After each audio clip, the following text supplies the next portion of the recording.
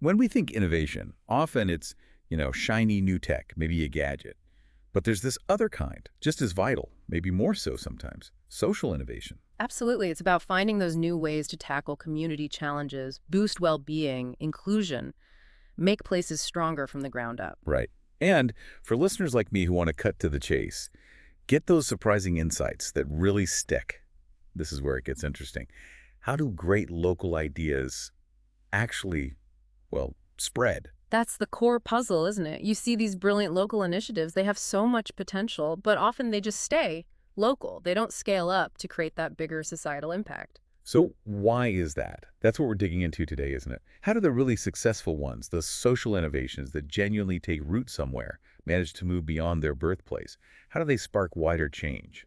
Well, the research we've been looking at, especially the study on France's Startup the Territoire program, it points to something crucial. These things called social innovation intermediaries. Intermediaries, like go-betweens, connectors. Exactly. Think of them as maybe the hidden architects. They're key to unlocking that wider spread. Okay, let's unpack this. So these intermediaries are the secret sauce for making good local ideas go big.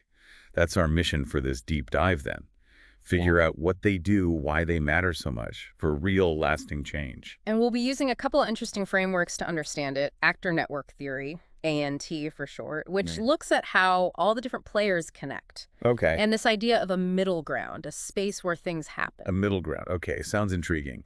So where do these intermediaries even start? What's job number one? Right. Well, the first major role is building a really compelling vision, getting people on board with an idea. So it's more than just having a good plan. It's about storytelling, almost. Painting a picture that people connect with. Precisely. These intermediaries are skilled at articulating the local challenges, yes, but also the opportunities in a really clear, engaging way.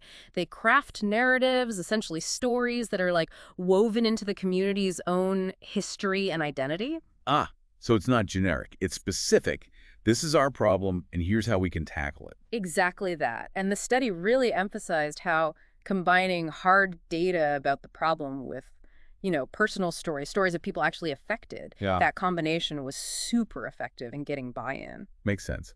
Data for the head, stories for the heart. Yeah. And the aim is to get everyone pulling in the same direction. Residents, businesses, local officials. That's the goal, to encourage all these different stakeholders to invest, whether it's their time, their money, their know-how, into these social innovation projects. Right. You need that broad support.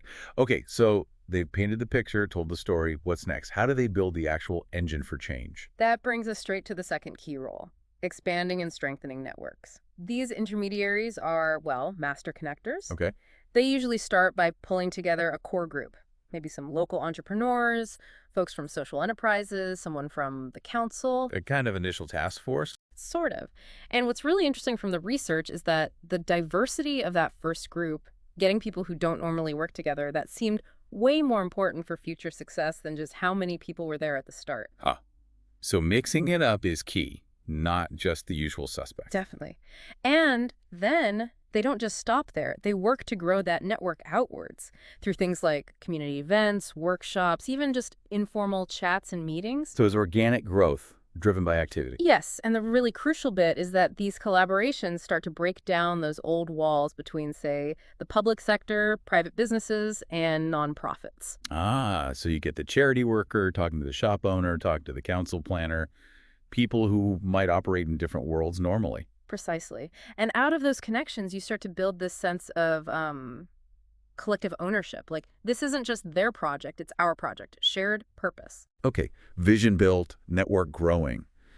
But how do you make sure the good ideas coming from the community actually get heard by, say, the local government or bigger funders? And that resources flow back down. That seems tricky. It is tricky, and that's where this role as a translator comes in. It's the third key function. The study uses this neat language. You've got the grassroots innovators, the creative stuff happening locally. They call that the underground. Okay, the underground. Then you have the formal institutions, councils, big companies, funders. That's the upper ground. Right. And the intermediaries. They operate in and help create this middle ground. Think of it as collaborative spaces, events, projects where the underground and upper ground can actually meet, interact, and crucially understand each other. So the intermediary speaks both languages. They get the street-level realities and the institutional processes. Exactly. They manage that flow, they help shepherd ideas up from the community to the decision makers, and they help channel support and information back down to the people doing the work. Like a communication bridge, making sure good ideas don't just get lost in translation or stuck in different silos. You've got it. Now, you mentioned that French study. Didn't it have a specific example of this in action, the Archer Group? Yes, the Archer Group is a fantastic case study. They started out focused specifically on tackling local unemployment crises in their area. Okay, clear problem. Very clear. But over time, they evolved. They became much more than that. They turned into these professional facilitators for all sorts of community innovation and development. So they broadened their scope. They did. And what's interesting is that it seemed quite organic. Their focus shifted based on what the community needed and the connections they were making, rather than sticking rigidly to the original plan. Yeah. That adaptability seems really important for these intermediaries. Makes sense. Communities change, needs change. So how did Archer actually do it? What were their methods? Well, the study points to a few things. First, they were really deliberate about crafting those narratives. We talked about stories about the local challenges, but also the potential.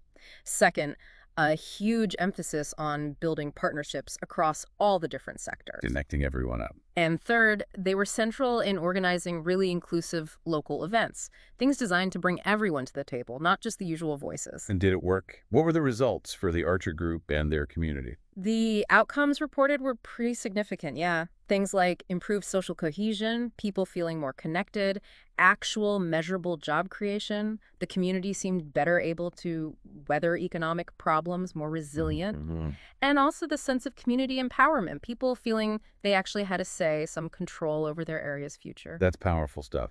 So taking a step back, what are the big practical implications here? If you're a policymaker or running a local council or even leading a company, what should you take away from this? The big takeaway, I think, is that actively supporting these intermediaries is critical. It's not just a nice to have. Providing resources, funding, training, maybe just official backing and recognition, it can seriously boost a community's ability to not just invent solutions, but actually make them happen and scale them up. So investing in the connectors, not just the ideas themselves. They're the catalysts, right? Yeah. The ones who turn local sparks into a bigger fire. That's a great way to put it. The study calls them critical catalysts. They translate that local creativity into change that actually spreads and lasts. And for you listening, understanding this role, this intermediary function, it gives you a new lens, doesn't it? Definitely. When you see good things happening in a community, you can start looking for who's doing that connecting work, often behind the scenes. It's that sort of aha moment, realizing a great idea isn't enough on its own. It needs these brokers, these facilitators, to help it navigate the system and really take root. Absolutely. Real lasting change, it seems, isn't just about dreaming up new ideas. It's about the hard work of making sure they get adopted, spread, and actually make a difference. And these social innovation intermediaries, they seem absolutely vital to that whole process. Couldn't agree more. So maybe it's something to think about as you go through your work. Who are the connectors in your own community or maybe in your industry? Are those intermediary roles visible? Are they supported? Or is there maybe a gap there? How might that be affecting whether new ideas and solutions are really taking off or just staying as interesting little experiments? Definitely food for thought.